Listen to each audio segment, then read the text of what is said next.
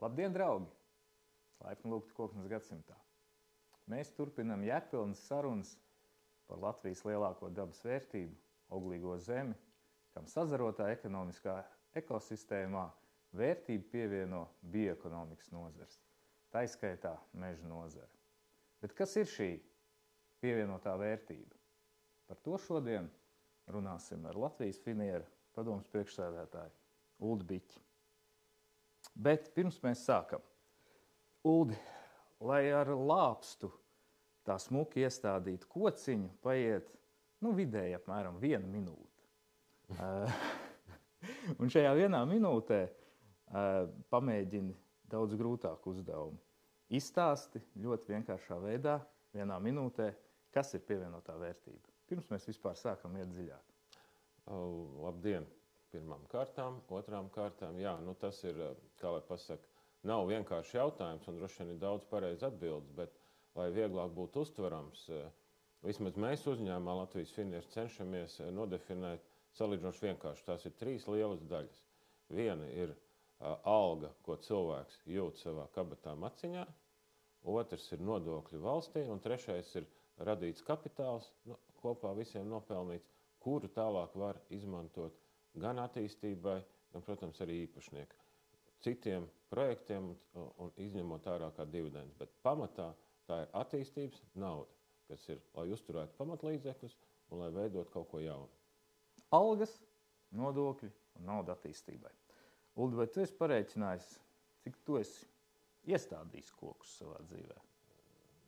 Nē, un noteikti uzskatu, ka par maz, jo es esmu, kā lai pasaka, man nevienmēr ir sanācis pabūt pat pašu veidotās vai kolektīvu kopā veidotās meža dienās Latvijas Finierī, jo, kā lai pasaka, ārējie darbi sauc un vienmēr kaut kur jāpiedalās citur, bet ir būts meža dienās daudz un arī koku stādīts ir daudz. Kad tu paņem rokās lāpstu un stādi koku, kāda ir tā nākotnes vīzija, ko tu redzi? Principā, man liekas, man vairāk interesē tas laikam procesi, ceļš beidzamos gadus. Es esmu kļuvis arī aktīvs kā privāta meža īpašnieks, apsaimniekojot dzimtas, teiksim, mežu audzes, kuru vecums pat atsevišķos nogabalos stiepjas pār pa 150 gadiem. Bet arī esot aktīvam un varbūt tās veidojot jaunas audzes, tu redzi, cik tomēr strauji tas mežs mainās, cik viņš ātri aug, kā viņš aizpilda ainavu, un šis veidošanās process, ka tu regulāri izēji varbūt tās, pa tām pašām meža takām, man liekas, dod to gandarījumu. Kad mēs domājam tādā plašākā meža nozares kontekstā, pievienotā vērtība, kam viņa tiek pievienota? Koksnes kubikmetram, kokam, zemes vienībai? Ja mēs tādu ļoti lielu apli gribam mēģināt atrast to sākumu, tad tas laikam ir zeme. Un tā ir zemes auglība, kas dod mums iespēju veidot biomateriālus un mūsu gadījumā meža resursi. Līdz ar to droši vien un tālāk jau šī meža resursu izmantošana, ja tā pievienotā vērtība varbūt ir tāda zemes īpašniekam, tad pirmajā posmā, tad nākošajos posmos jau iegūstot varbūt šos resursus ražošanā tieši, tad jau kopā ar cilvēkiem, ar tehnoloģijām tiek pievienota vērtība, jo tā vērtība tiek iegūta no mūsu pircējiem. Tad ir tas ieņēmumi, kas veidojās mīnus resursi, tad veido šos pievienoto vērtību. Jā, Latvijas Finieris ir garas vērtību ķēdes uzņēmums, kur vērtība sākas ar zemi. Latvijas Finieris ir meža īpašnieks, zemes īpašnieks, vairāk nekā 12,000 hektāru. Latvijas Finieram ir mežsaimniecības uzņēmumi, Latvijas Finierī ietilpst arī mežizstrāde, koksnes pārvadāšana, kas savukārt nonāk šajā apaļkoku pirmapstrādē, kur tiek sagatavota bērze lobītā skaida, jeb finieris, no kura tālākā pārstrādē tiek veidots saplāksnes, kas savukārt pārtop jau precīzi izmēru, precīzu detaļu veidā dažādām vairāk nekā 30 industriālām nozarēm visā pasaulē. Pa vidu, protams, ir blakus produktu tālākā pārstrāde, pa vidu ir metāla apstrāde un vēl citi biznesa atbalsta virzieni. Tātad ārkārtīgi plaša faktiski visu meža nozari, visas viņas jomas, principā aptveroša pievienotās vērtības ķēde. Uldi, tad tādā Latvijas finieru piemērā, kā un cik liela visā šajā procesā veidojas šī pievienotā vērtība un kā to visu salāgot ar to kopējo produktivitāti koncernam kopumā? Laikam tas ir tas grūtākais salāgot attīstību visām šīm sadaļām, kā saka, lai būtu arī redzam pilnīgi skaidrs attīstība, kas veidojas pret cilvēkiem, jo cilvēks tomēr ir tas pamats, kas ģenerē idejas, kas apkalpo, kas veido, kas dara. Un viņu zināšanas droši vien ir vissvarīgākais elements, un viņa attīstība ar jaunām zināšanām ir svarīgākais elements. Un atalgojuma izmaiņas, droši vien ātrums vai principi, un arī veids, kā tiek atalgots cilvēks, ir viens no svarīgākiem jautājumiem. Un tā ir liela sadaļa no pievienotās vērtības. Latvijas finieru gadījumā droši vien tādu ilgtermiņa redzējumu par attiecību veidošanu ar kolektīvu, ar cilvēkiem, ar katru darbinieku ir tas, man liekas, vissvarīgākais. Otrs ir, protams, šī samaksa, kas veidojās pret valsti nodokļu veidā. Te gan uzreiz jāpiezīmē, ka lielākā daļa nodokļu masas veidojās tieši uz darbiniekiem, uz samaksāto darba algu. Un līdz ar to droši vien tas ir saistīts atkal kā vienots komplekss, skatoties, kā veidojās darba samaksas jautājumi uzņēmumā. Un tā trešā daļa, kas ir arī, kurai jābūt pietiekoši lielai, jo kapitāls ir jānopelna, lai veidotu nākotnes tehnoloģijas iespējas, lai investētu un principā sabalansētu atkal šīs iespējas, lai mēs varam palielināt produktivitāti, darba ražīgumu un atkal spēt varbūt tās veidot lielāku darba samaksu. Tā kā viņš ir pamīšu. Tad liekas, ka prioritāte varbūt vienā brīdī ir kapitāls, jo viņi mēģina uzkrāt, kā saka, sakoncentrēt, lai izdarītu lielāks leciens, bet cilvēks jau nevar gaidīt, un tā ekonomiskā sistēma ir uzbūvēta tāda, ka vajag katru dienu tomēr redzēt, ka mēs augam. Tieši tā, jo no algas tas ir tas, ko mēs katrs vislabāk saprotam no pievienotās vērtības trim komponentiem, jo to mēs redzam savā maciņā. Un cilvēks jau ir tāda būtne, kas visu laiku cenšas salīdzināties. Jā, un tur, man liekas, mūsu nozara spēlē, vai meža nozara kopumā spēlē ļoti, ļoti lielu tādu psiholoģisku lomu visā valstī. Jo meža nozara vai kopā tātad mēs redzam daudz preces un strādājam uz eksportu. Mēs esam tomēr pamatā veidojam šo eksportu plūsmu. Latvijas gadījumā gan 20% sanāk veido meža nozara eksportu. Un tātad tā mūsu konkurences spēja nav spēja pārdot Latvijā, bet spēja pārdot plašajā pasaulē. Un līdz ar to tas mūsu salīdzinājums sāk nākt ar mūsu konkurences spēju no citiem reģioniem, vai mēs varam, vai mēs nevaram. Un tāpēc uzdrīkstēties, apgrūtināt it kā pirmā brīdī ar papildus izmaksām veidojot darba atalgojumu izmaksu, ir jābūt uzdrīkstēšanās. Bet tādā pašā brīdī tas ir labākais kritērijs, lai novērtētu, ja eksporta uzņēmums spēja mainīt atalgojumu un varbūt būt arī, teiksim tā, ap vismaz Latvijas vidējo mediānu vai virs, un mūsu kokrūpniecības uzņēmuma nozarē ļoti daudz ir virs šīs atalgojuma mediānas par profesijas grupām. Tas nozīmē, ka viņu eksporta spēja, konkurences spēja ir salīdzināta, un viņi spēja to izdarīt. Tad viņi ir tie, kas rāda pirmo signālu, kad kopumā atalgojuma izaugsme ir pieņemama. Viņi ir iespējami, tāpēc, ka mēs tiekam galā, mēs to varam, mēs to izdaram. Un pēc tam jau otrā aplī, varbūt iekšējā, tie, kas strādā uz iekšējo Latvijas tirgu, arī var drošāk varbūt darboties, mainot savus produktu, varbūt tās piepildījumu kvalitāti un arī cenu.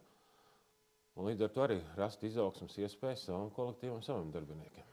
Jā, jo atalgojuma izmaksas pieaugums jau patiesībā veido vienu būtisku konkurētspējas daļu, kas ir katram cilvēkam sava konkurētspēja dzīvot, salīdzināties ar citiem varbūt bagātākiem kaimiņiem un izvēlēties par labu tomēr nepamest Latviju, kā mēs esam redzējuši, tomēr diezgan daudzi cilvēki, īpaši jau būtiskos krīzes brīžos no Latvijas, tomēr izvēlas aizbraukt. Un tas kaimiņš, ar ko mēs varbūt salīdzinamies visvairāk, tās ir Ziemeļvalstis, jo skaidrs, ka tur algas kā nominālā vērtībā ir stipri augstākas, bet jāskatās jau laikam nevis uz algām nominālā vērtībā, bet uz naudas cenu, ja pirktspēju. Jā.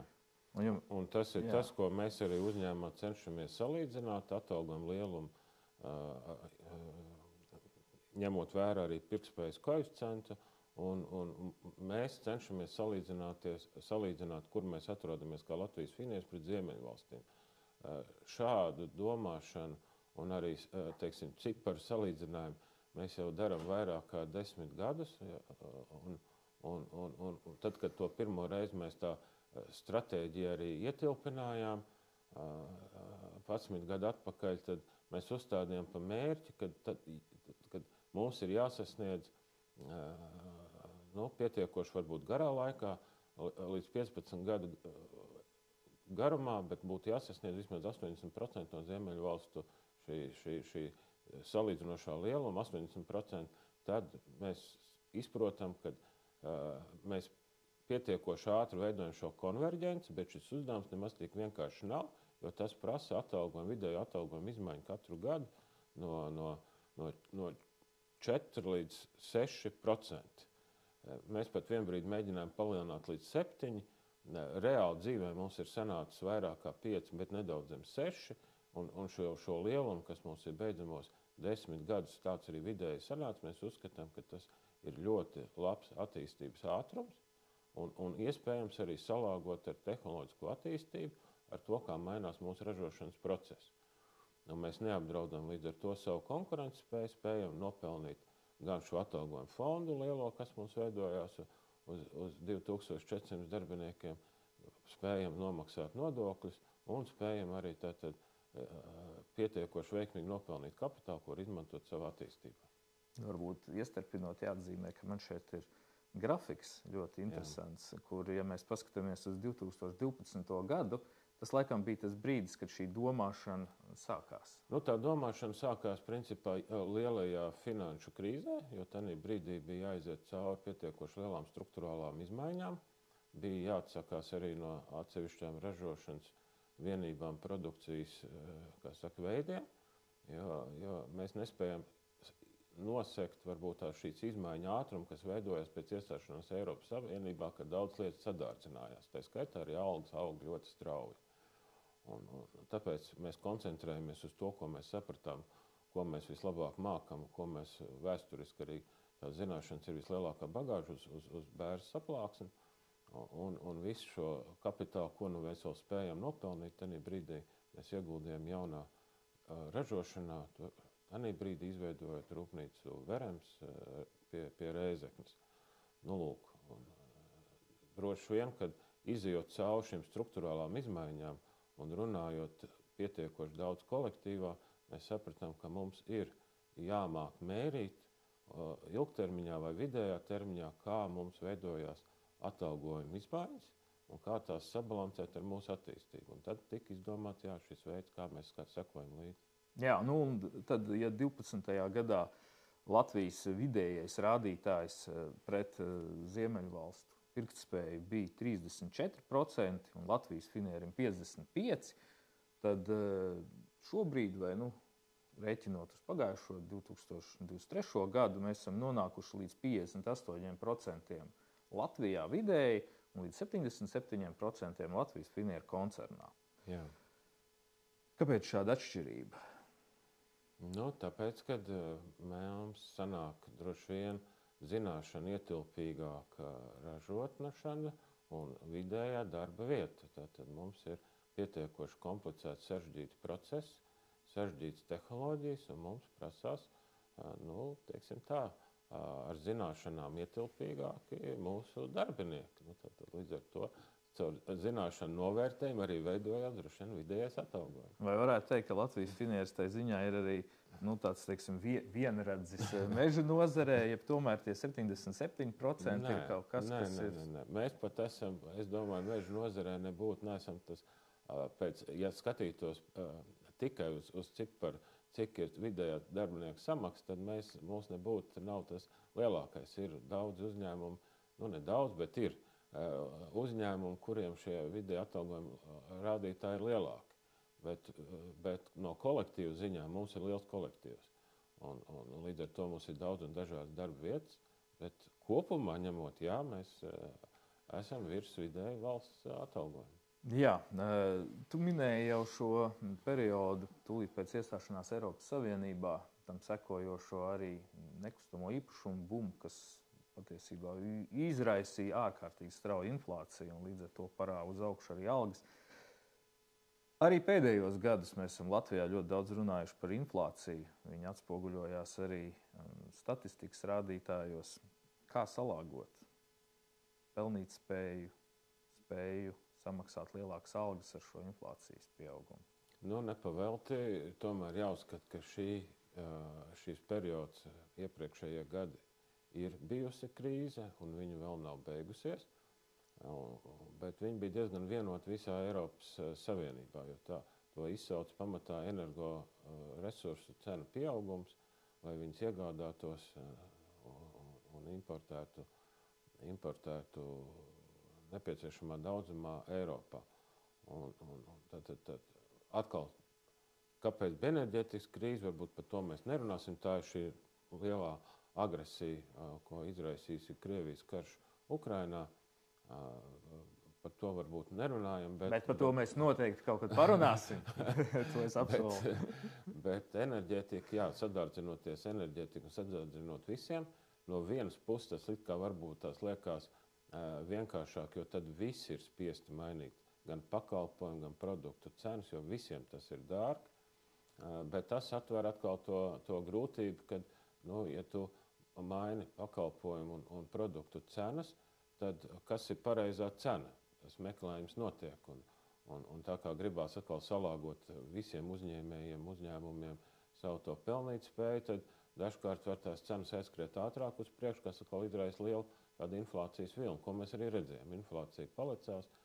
Un tālāk varbūt tās atkal ir monetārā politika no centrālās bankas, kad ceļot kredītu procentus, lai mazinātu it kā tādu atvēsinātu visu to tirgu, lai varbūt sabalansētu jautājums jau par resursu pietiekamību un nebūtu varbūt šī tāda deficīta, varbūt pat sajūta, kuras dēļ šī cena iet uz augšu, tad atkal ir tas kalns uz leju. Mēs šobrīd atrodamies laikam situācijā, kad inflācija tiek slāpēta un viņi arī slāpējās un viņi samazinās. Un jautājums ir, katra droši vien atkal uzņēmēji, kā lai saka, iespējās salāgot izmaksas ar tām tirgus iespējām, kas ir, kā veidojās viņa konkrētās cenas. Un, protams, nav viendabīgi, ir uzņēmumi, kuriem iet noteikti ļoti grūti, nav tik vienkārši, un ir droši vien nišas un atkal varbūt nozars, kuros ir vieglāk.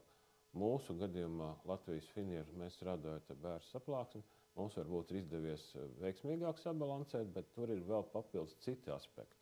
Tāpēc, kad ir mainījies tirgus pēc būtības, jo Eiropas Savienība sankcionē Baltkrievijas un Krievijas ražotājus ar koksnes produktiem, kas zināmā mērā varbūt tās izņēma no tirgus pietiekoši lielu masu koksnes produktus.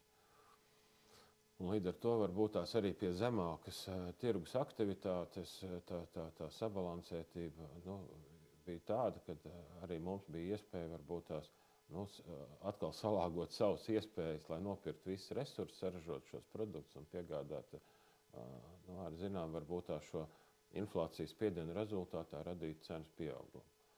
Viena lieta ir ražošanas izmaksas pārnest uz pircēju, un tā ir cenošanas jautājums.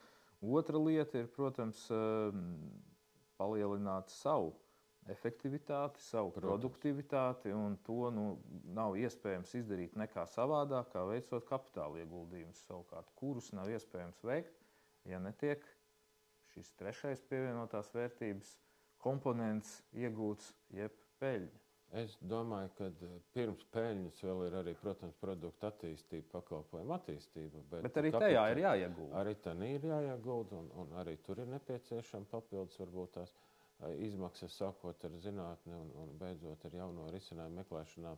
Bet jā, lielākais uzsvars noteikti arī ir uz šiem kapitāla ieguldījumiem. Tātad ir jābūt peļņai, un šī peļņa ir jānovirza jau droši vien tādiem būtiskiem varbūt tās lecieniem, kad vai nu tiek mainītas tehnoloģijas ar kaut ko būtisku labāku, lai kaut ko taupītu no resursiem, vai radītu atkal kaut ko jaunu, vai vienkārši tātad paplašinot ražošanas iespējas varbūt ģeogrāfiski, ka mūsu Latvijas Finieru gadījumā mēs esam tomēr izgājuši ārpus Latvijas un ieguldījuši kapitālu, lai būtu ražošanas apjomi lielāki, un lai mēs patiesībā veidot piekļuvi varbūt tās citu valstu koksnes resursiem.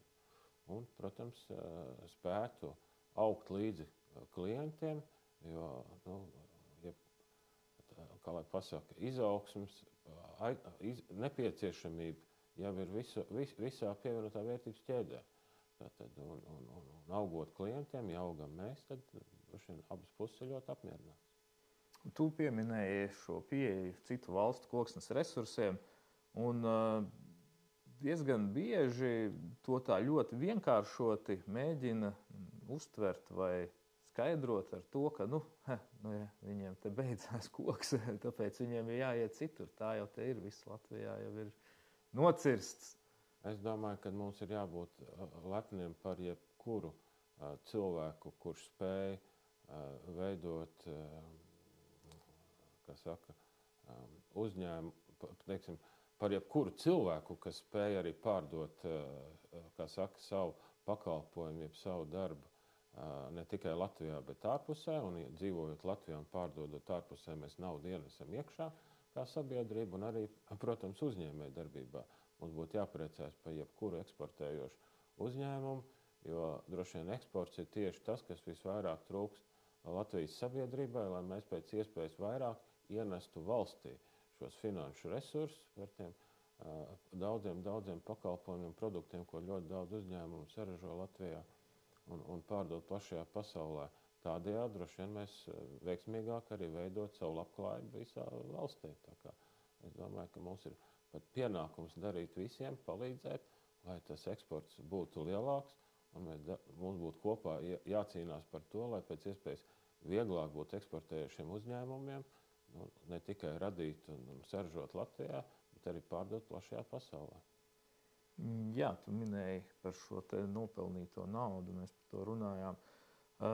Es pēc skaitļiem zinu, ka no tādas kopējās nopelnītās naudas pēdējos vairāk nekā 20 gadus Latvijas Finieris ir ieguldījis tālākā attīstībā 85%. Jā, tā apmēram mums sanāk, kad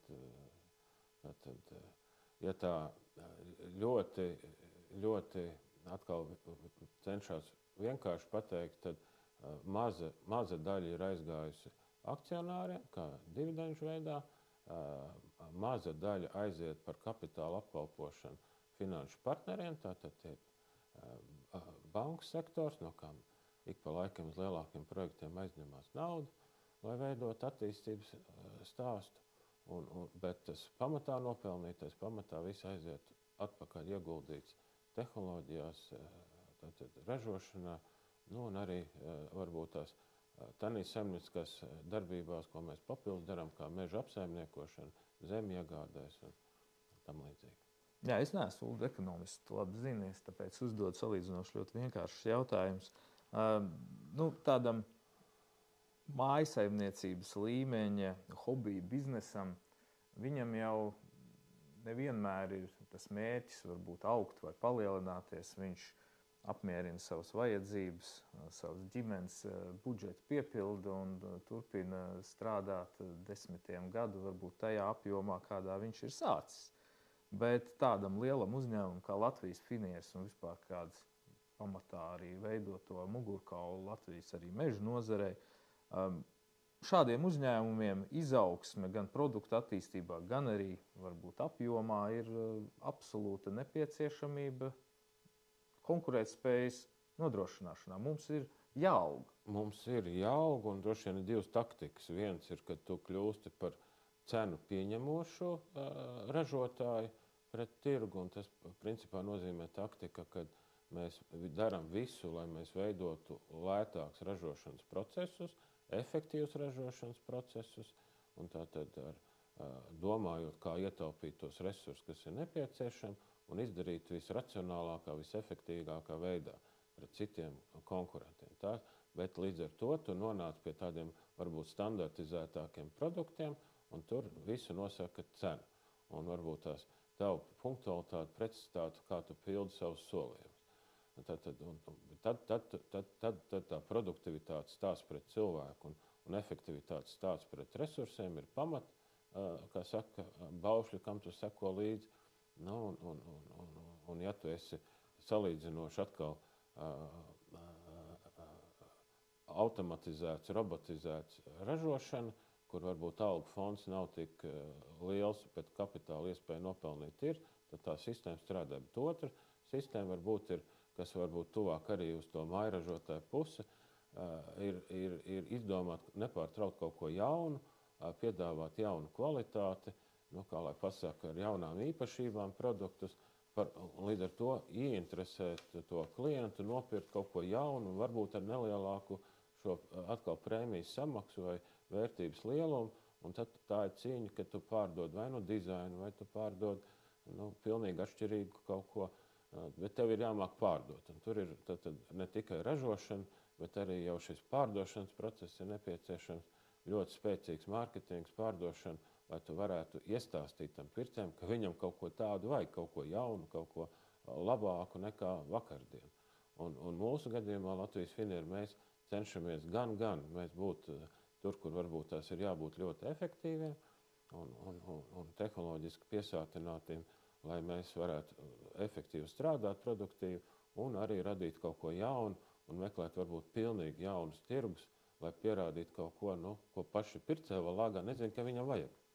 Pilnīgi jauni tirgi ir viena lieta, tie ir saplākšņi risinājumi, varbūt kaut kādās nozarēs, kur līdz šim koksne nav tikusi izmantot, un tad var aizstāt citus, tā skaitā fosīlos materiālus, bet pilnīgi jauni tirgi saistās arī ar pilnīgi jauniem produktiem, un arī un Latvijas Finieris spēr tādus piesardzīgos soļus, tālākā jau koksnes sadalīšanā ķīmiskajos rezinātājos. Es pat gribētu teikt, ka tie ir tādi, tiešām tie ir ne tikai piesardzīgi, bet tie varbūt ir tādi mācīšanās soļi saprast šo pasauli, jo aizvietot šobrīd tas, ko mēs darām ar šiem pirmiem solīšiem ķīmijas nozarē, noteikti mēs nevaram to labumu, ko mēs iegūstam saplāksnī kopā, bet mēs varam mācīties, mēs varam saprast šo pasauli, mēs varam sākt veidot varbūt tās iespējas, nākotnē veidot lielākas investīcijas, un arī lielāks apjoms, lai attīstītu varbūt tās nākotnē pilnīgi kaut ko jaunu. Jā, un mums ir bijuši, teiksim tā, pirmās investīcijas Betulīna Lab izveidot tādu pilotu mazu, teiksim, laboratoriska vai nedaudz jau mazu rūpniecisku pieskaņu ražošanu, kur atstrādājot tehnoloģiju, veidojot šo produktu attīstību kopā ar klientiem, mēs varbūt veidojam jaunus ceļus koksnes produktiem, jau caur šiem ķīmiskiem procesiem. Kopā ar labiem partneriem, kas Latvijā neapšaubām zinātnieki mums ir ļoti labi, un kopā ar viņiem šī gadījumā ar Koksnes ķīmijas institūtu, tad zinātnisko potenciālu tiek veidot kaut kādas jaunas lietas. Jā, bet to konkurētspēju ar Ziemeļvalstīm un vispār šī gadījumā droši vien, ka jāņem vērā arī tas, ka pasaule lēnām mainās. Tomēr ir koksnes gadsimts, vai ne? Un mēs ejam kā cilvēce projām pakāpeniski, cik vien tas ir ekonomiski pamatoti no fosīlajiem resursiem. Viņi vienkārši kaut kādā brīdī mums beigsies. Un ejam lēnām uz biomateriālu aizvien lielāku izmantošanu. Un tur droši vien, ka Ziemeļvalstis nesamelošu, ja teikšu, ka ir viena no pasaules vadošajiem līderiem. Absolūti. Šajā virzienā.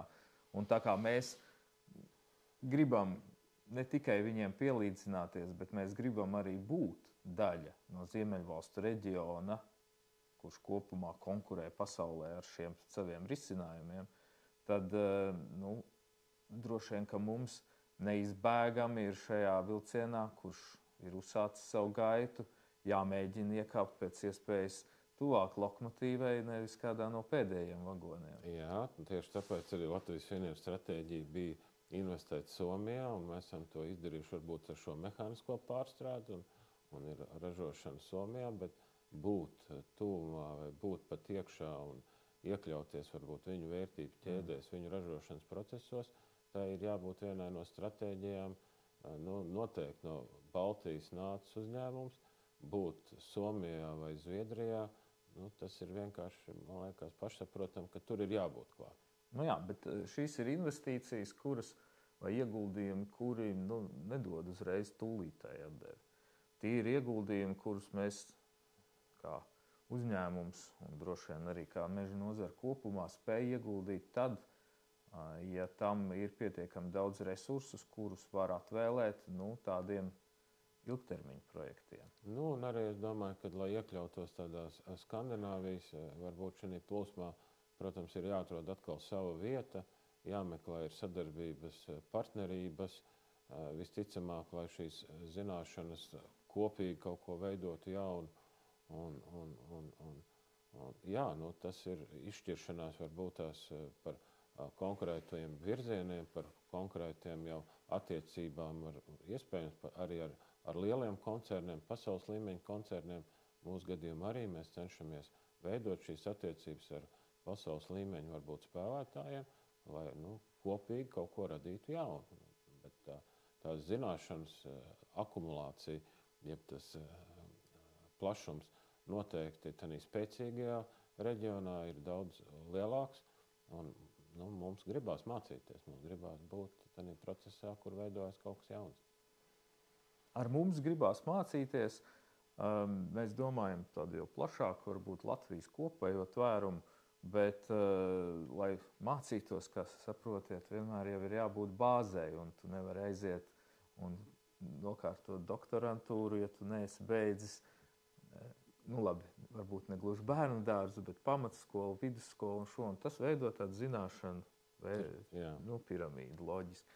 Un arī produktu attīstībā, ne tikai caur zināšanām, bet arī caur kapitālu un spēju nopelnīt, taču arī pastāv loģiska piramīda, kur pamat masu tomēr veido produkti, kas ir salīdzinoši vienkārši, kas ir salīdzinoši kas ir arī resursi priekš citiem, jau tālākās pārstrādes varbūt tās produktiem. Kas veido gan resursus priekš tālākās pārstrādes produktiem, gan spēju visā šajā produktu ražošanā nopelnīt. Tad tos līdzekļus tām investīcijām.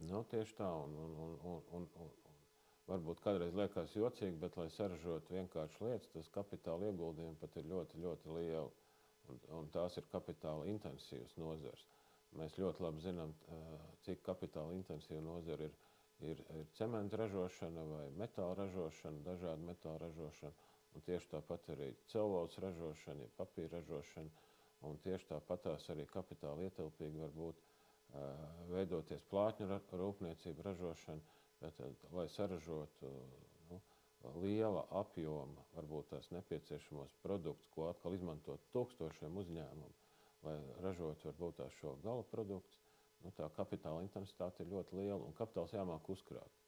Un šī kapitāla uzkrāšana jau varbūt reģionā, jeb valstī, sākās atkal principā ar zemes īpašniekiem, jo tur veidojas tas, teiksim tā, bioloģiskais kapitāls, ja bioloģiskais aktīvs jau ir viena lieta, un kā viņš tiek vērtēts, jo spēcīgāks ir nozars un efektīvāks nozars, jo mēs droši vien esam spējīgi augstāk apmaksāt šo bioloģisko aktīvu, un atkal šī zemes vērtība paliek lielāks, un tas ir tas sākums, ko atkal var novērtēt, cik spēcīgi ir varbūt šī nozara, cik dārgi veidojās īpašumi, meži kā bioloģiski aktīvi vai kopā, un spēja par viņiem apmaksāt, un spēja varbūt saražot produktus atkal priekš plašās pasaules. Un tā ir viena liela daļa kapitāla varbūt uzkrājās caur šo mežu, caur bioloģiskiem resursiem, un otrs jau ir caur šīm tehnoloģijām, caur uzņēmumiem. Uzņēmumi var būt tāda ekosistēma, kas veidojās, jo atkal varbūt viens liels ražotājs nenosaka to kopēju ekosistēmas plašumu un kopējo, to aktīvu summu, kas veido jau šos gatavos produktus. Tā kā ir jābūt gan lieliem uzņēmumiem, bet vēl vairāk ir jābūt šiem vidējiem un vēl vairāk ir jābūt šiem maziem uzņēmumiem. Tie, kas patiesībā rada varbūt šo skaisto dizainisko mēbeli, un viņam nav jābūt lielam, viņš var būt pietiekoši mazs. Nu, tieši tā, un ja Latvijas finieris tā skaisti raksturo tādu lielu koku, kuram ir zari gandrīz visās šajās meža nozares ekosistēmās, tad šie mazākie, varbūt atsevišķu posmu vai ļoti šauru nišu uzņēmumi, viņiem katram patiesībā arī savā saimnieciskajā darbībā pamat mērķis vai pamat uzdevums ir radīt pievienoto vērtību. Neapšaubām nopelnīt atalgojumu, nopelnīt līdz ar atalgojumu nodokļus priekš valsts, un arī, protams, nopelnīt kapitālu, jo bez instrumentiem nekādi. Lai kaut ko radītu, tomēr instrumenti vai tehnoloģijas ir jābūt. Instrumenti ir viens, bet nepavēlēt es centos to analoģiju ar koku. Koks ir saknes, un no saknēm veidojas visas šīs galvenās barības vielas, kas baro ne tikai stumbru, bet visus zarus, lapas, beigās arī ziediņus, augļus, visus. Patiesībā koks dzīvo no tā, ka viņam ir stabila resursu plūsma. Es gan domāju, ka galvenais ir šīs zināšanas un cilvēki. Un man liekas, ka ja tā, salīdzina tēlēni aprakstot ar koku, es gribētu teikt, ka šīs ūdens, kas plūst par koku stumbru, saknēm, stumbru un zariem, ir zināšanas. Bet, Uldi, tomēr vai nav risks, ka zināšanas var apsīkt vai, droši vien neapsīkt, bet aizplūst projām, ja nav tā pamata, kur viņas ieguldīt. Jā, viņas var pazaudēt, ja nebūs labklājīga valsts un ja mēs neveidosim izpratni par to, ka katrs indivīds, katrs cilvēks, katra ģimene var nopelnīt naudu un veidot pozitīvu attīstību arī savā labklājībā, tad, protams, mēs varam pazaudēt tos cilvēkus, jo pasaule ir diezgan plaša un šie centri, ekonomiski aktīvie centri, un sacenšas jau savā starpā. Tas jau tāpat kā mēs sakām, ka ne tikai valsts, bet pilsētas, tāpat arī ekosistēmas cīnās savā starpā. Un noteikti, ja tu esi izcils mežsaimnieks vai izcils kokrūpnieks, tas nenozīmē, ka vienīgā vieta ir Latvija.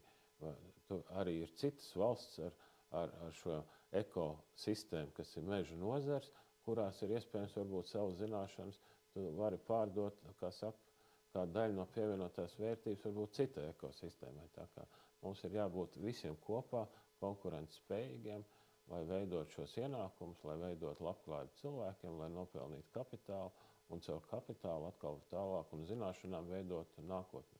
Un galu galā, lai šīs zināšanas varbūt plūstu mūsu virzienā, jo mums jau, ja paskatāmies uz Latvijas demografisko situāciju, un ja mēs paskatāmies uz to, kādi speciālisti, augsti kvalificēti speciālisti, ne tikai meža nozarē, vispār Latvijā trūkst, un kādus mēs varētu vēlēties arī gribēt piesaistīt varbūt no citām valstīm, tad te jau nav jautājums droši vien tikai par to, vai mums ir atalgojuma konverģence notikusi. Te ir jautājums par to, vai visa šī ekosistēma, kā Latvija kopumā, ir pietiekami labvēlīga, lai kāds vēlētos, turklāt vēl droši vien ar savu ģimeni, pārcelties dzīvot šeit. Protams, un man tikai kaut kā liekas, ka būtu labi, ja mēs Latviju tomēr nomainītu vismaz ar Baltiju. Jā. Tātad Baltijas meža nozars ekosistēma tiešām ir ļoti spēcīga. Lietuviešiem ir savi labi uzņēmumi savās nišās, Latvijai ir savi uzņēmumi savās nišās, un Igauniem ir savi. Un ja to visu apvieno, tad mēs tiešām kā baltieši esam ļoti spēcīga ekosistēma ar pietiekoši jau lielu uzkrātu kapitālu, iegūtām tehnoloģijām un zināšanām, lai redzētu šo, iespēju arī attīstībai nākotnē un augt. Labi, un tagad tajā medus mucā man gribas tomēr iesalināt kādu darbspilienu.